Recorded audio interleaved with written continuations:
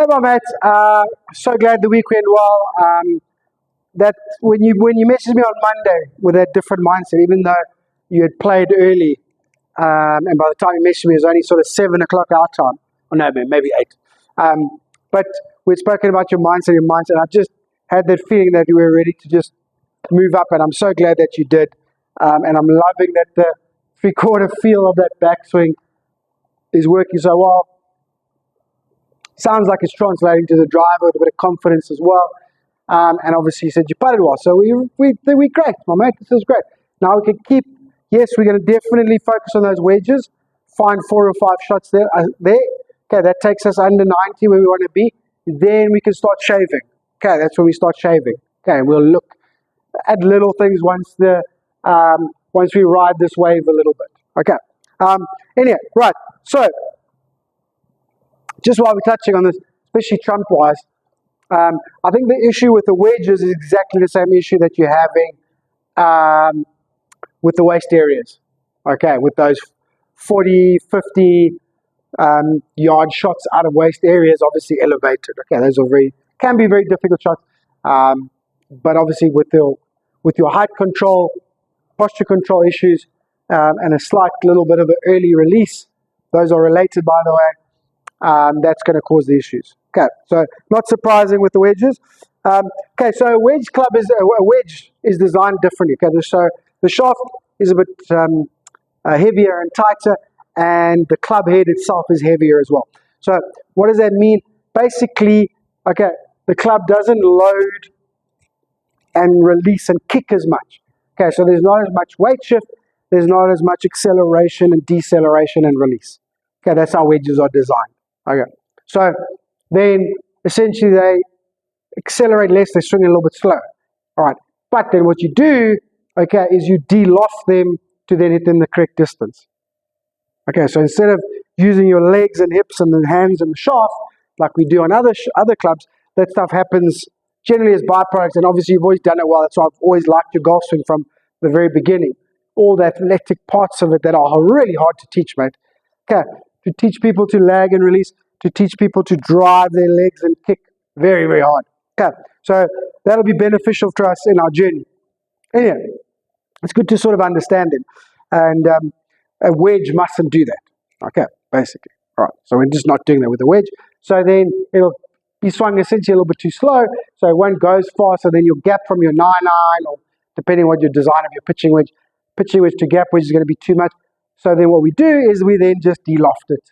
So we launch it lower, and then that creates a little bit of extra ball speed. Right. Why can't we do that with long clubs? Okay, because they don't have enough loft on them.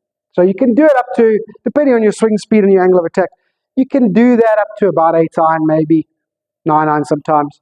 And a lot of tour players will hit their 9-irons like wedge technique. And if you watch tour players, you'll see how they play very narrow stances with their wedges. Okay, always turning the body, always holding that follow through. Okay, what they're doing is de-lofting, okay, which brings the flight down, okay, which takes care of the drop in swing speed. Okay, that's how it works, right? So with long irons, you can't, with longer clubs, you can't do it because you get to a point where you're now launching it too low with not enough speed, and the ball just drops out. Okay, so that's why. Anyway, so wedge technique. All right, so we're going to control our low point. Okay, obviously we're at the middle of the face, mate. All right, and then we've got to control a little bit of. Now that does have an effect on the low point, to be honest with you, but we've got to control a little bit of lead in the handle then. So we've got to be comfortable handle leading. Okay, now you can see as soon as I do that, or you should be able to see, as soon as I do that, my chest wants to go lower to the golf ball. Okay, so basically, I'm not de-lofting nothing from here. Okay, so it ties back to our sort of number one main thing, which is that posture, that backing up. It's going to make the wedge game very, very difficult. All right. The waist area is when the base of that bunker or waist area is a bit too firm. Okay, if you back out and release, basically what's going to happen, you're going to bottom out too early. Same thing that's happening off the fairway. Okay, but the difference is the club hits the sand, doesn't get stuck, bounces off, catches the middle of the ball, and that thing rockets 70 or 80 meters. Okay, which is obviously not ideal. Same thing with the fairway. and the edge catches the grass gives out and the ball goes bleh. Okay, but it's actually the same fault. All right, so what do we need to do? We need to be more on top of the ball, leading the handle, understanding and feeling and controlling our low point. Okay, now good thing for you as well is to control backswing length. So that's how we're going to do it, right? Okay, sorry, just before we do that. So, drills for the week, right? So we keep big shots and hold. Okay, obviously the less we rotate the face, the better for us, and we're getting great feels there. Now that we're controlling our backswing more and our posture more at impact. Okay, so still some shots and holds to warm up. Let's do 10. Let's do 5 with an 8-iron and 5 with let's do 5 with a wedge and 5 with a 7-iron. That's your minimum. Okay, you can obviously do more if you want. Okay, so a little shots and holds. Shut the face. Use the body to hold. Club face square, shut. Okay, and that really, slight exaggeration of how you would try and hit a wedge. Okay, now, we're then going to practice our wedges with that feel. So our 2 feels of the wedges are chest more over, handle more forward. Okay, but we're going to practice them with a towel. Try to learn where our low point is. Okay, so we're going to put a towel behind the ball. Ball's going to be a club head and a half in front. Okay, and basically your job is to try and hit the ball chest over, handle forward, not head, chest, back, club unwind. Okay, it unwinds because when you're here, now you're further from the ball. So you have to unwind to try and reach that golf ball, basically, right? Okay, so little towel draws, club and a half. Okay, and I want you to start with half swings. Right, so we've done 3/4 swings with the irons. Okay, I want you to start with half swings. Lob wedge, sand wedge, gap wedge, pitching wedge. All right, 3 or 4 of each, half swings, low point. Your thought is chest over, handle forward. So all I want to do is control that low point. All right, please send me some videos of you doing this, and then we'll adjust anything we need to. All right, so 3 or 4 of each. Narrow stance, chest over, handle forward. Take a divot, but miss the towel, right? Take a divot, but miss the towel. Okay, and then second round, all the way back. So once you've gone through all the wedges, okay, all the way back to lob wedge, now 3/4 swings. Okay, same idea, chest and handle forward, take a divot, miss the towel. Okay, now, okay, that's the idea, right? Please send me some videos. If you miss it a few, don't worry. Okay, don't worry. All right, you'll figure it out quite quickly, I think. All right.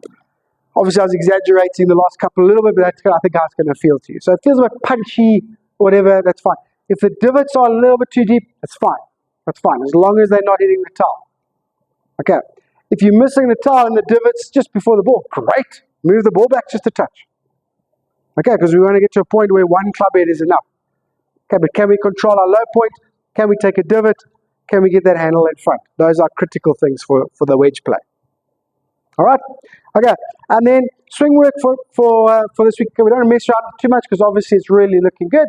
Look, a lot of that is mental, emotional control, and then dialing into what we've done so far instead of being distracted and overwhelmed by it, dialing into it. All right?